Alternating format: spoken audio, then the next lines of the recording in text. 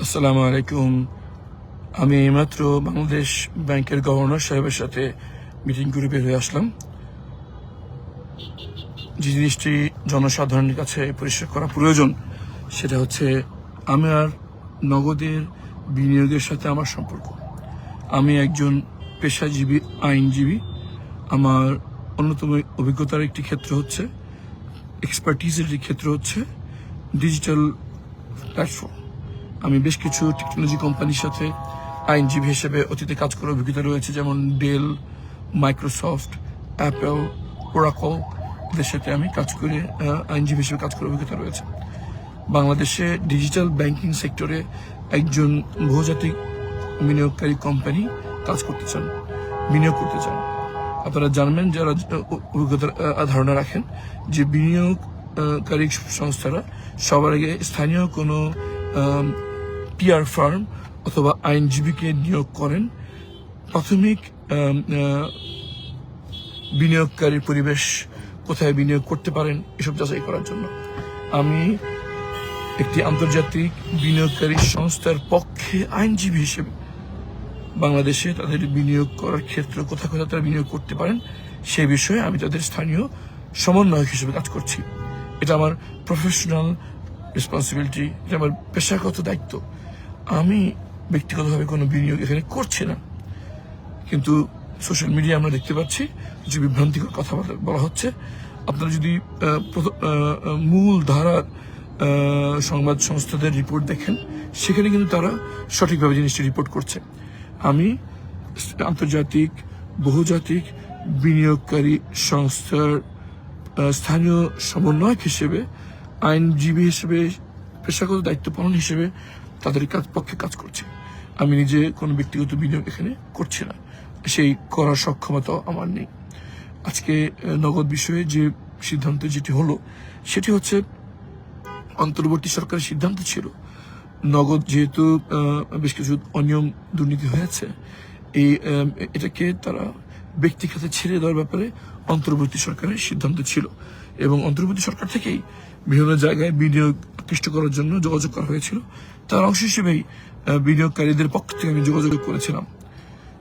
আপনারা যদি দেখবেন যে আমি চিঠিটি দিয়েছি নির্বাচনের আগে, তখন পর্যন্ত অন্তর্বর্তী সরকার বিনিয়োগ ছিলেন, এবং আমার মক্কেল, আমার ক্লায়েন্ট এই নগদে বিনিয়োগ করাটা কি মুনাফাজনক হবে কিনা সেটা যাচাই করার জন্য একটি অডিট করতে চাচ্ছেন। তো আজকে আমাকে গভর্নর সাহেব যেটা জানালেন যে একটি নতুন সরকার এসছে, এই নতুন সরকার সিদ্ধান্ত নেবে যে অন্তর্বর্তী সরকারের যে সিদ্ধান্ত ছিল যে দেশীয় বা আন্তর্জাতিক বিনিয়োগকারীদের কাছে নগদকে ছেড়ে দেওয়া হবে, এটা কি এই নীতিতেই সরকার চলবে নাকি নতুন কোনো নীতি তারা প্রণয়ন করবেন, এটি এখন বর্তমান সরকারের সিদ্ধান্তের বিষয়। তার আগ পর্যন্ত বাংলাদেশ ব্যাংক এই মুহূর্তে কোনো সিদ্ধান্ত তারা দিতে পারছে না। উল্লেখ্য যে আমি যে মক্কেলের পক্ষে যোগাযোগ করছি, আমি সহ আরো 5টি প্রতিষ্ঠান নগদে বিনিয়োগের জন্য আগ্রহ দেখিয়েছেন, এবং অন্তর্বর্তী নতুন সরকার যে সিদ্ধান্ত নেন, যদি তারা বিনিয়োগকারীদের কাছে নগদকে ছেড়ে দেওয়ার ব্যাপারে সিদ্ধান্ত নেন, তাহলে যারা যারা বিনিয়োগ করতে আগ্রহী সবাইকেই তারা সুযোগ দেবেন, এবং একটি স্বচ্ছ প্রতিযোগিতামূলক একটি প্রক্রিয়ার মধ্যে দিয়ে বিনিয়োগকারীদের বেছে নেওয়া হবে। যার পক্ষে আমার যে মক্কেল, আমার যে ক্লায়েন্ট, যিনি এখানে বিনিয়োগ করতে চান, তিনি প্রাথমিক তথ্য চেয়েছেন। এটা একেবারেই প্রাথমিক পর্যায়ে রয়েছে। তারা প্রাথমিক তথ্য যাচাইয়ের পর যদি দেখেন যে এখানে বিনিয়োগ করা লাভজনক, তাহলে তারা বিনিয়োগ করবেন।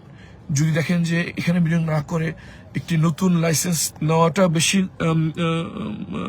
যুক্তিসম্মত, বেশি প্র্যাকটিক্যাল, তাহলে তাই করবেন। তারা ডিজিটাল ব্যাংকিং সহ আরো বেশ কিছু সেক্টরে বিনিয়োগ করতে চান। আমি যেহেতু একজন ইন্টারন্যাশনাল ট্রেড নিয়ে আমার কাজ করার অভিজ্ঞতা, ঘুমের আগে আমি বেশ কিছু বহুজাতিক কোম্পানির হয়ে কাজ করেছি। আমি ঘুম থেকে বের হওয়ার পর আমি যখন আবার আইন পেশায় ফেরত আসি তখন আমার পুরনো মক্কেলরা আমার সাথে যোগাযোগ করেন এবং আরো নতুন মক্কেল আমার সাথে যোগাযোগ করছেন। আমি পরিষ্কার বলতে চাই, আমি ব্যক্তিগতভাবে কোনো বিনিয়োগ এখানে করছি না। আমি বহুজাতিক বিনিয়োগকারী সংস্থার স্থানীয় সমন্বয়ক হিসেবে কাজ করছি। আশা করি সকল কনফিউশন ক্লিয়ার হবে। আমার ব্যক্তিগতভাবে যে হলফনামা করেছি আমার অবস্থান সেটাই।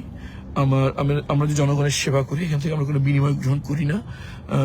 আমাদের পরিবার চালানোর জন্য আমাদের আইন পেশা আমার একমাত্র উপার্জন উৎস। পাশাপাশি আমাদের পারিবারিক কিছু ব্যবসা রয়েছে, সেটা ছাড়া আমার আর কোনো ইনকামের সোর্স নেই। সুতরাং হলফনামায় যেটি দেওয়া আছে সেটাই সঠিক। আমি পেশাগত দায়িত্ব পালন করছি। যদি কোনো অপরচুনিটি আসে হয়তো সেটা ভবিষ্যতে দেখা যাবে, কিন্তু নগদে আমি ব্যক্তিগতভাবে কোনো বিনিয়োগ করছি না। আমি পেশাগত দায়িত্ব হিসেবে আমার মক্কেলের পক্ষে কাজ করছি। আশা করি এটা সকল ভুল ভ্রান্তির অবসান ঘটবে ইনশাআল্লাহ। সবাইকে ধন্যবাদ।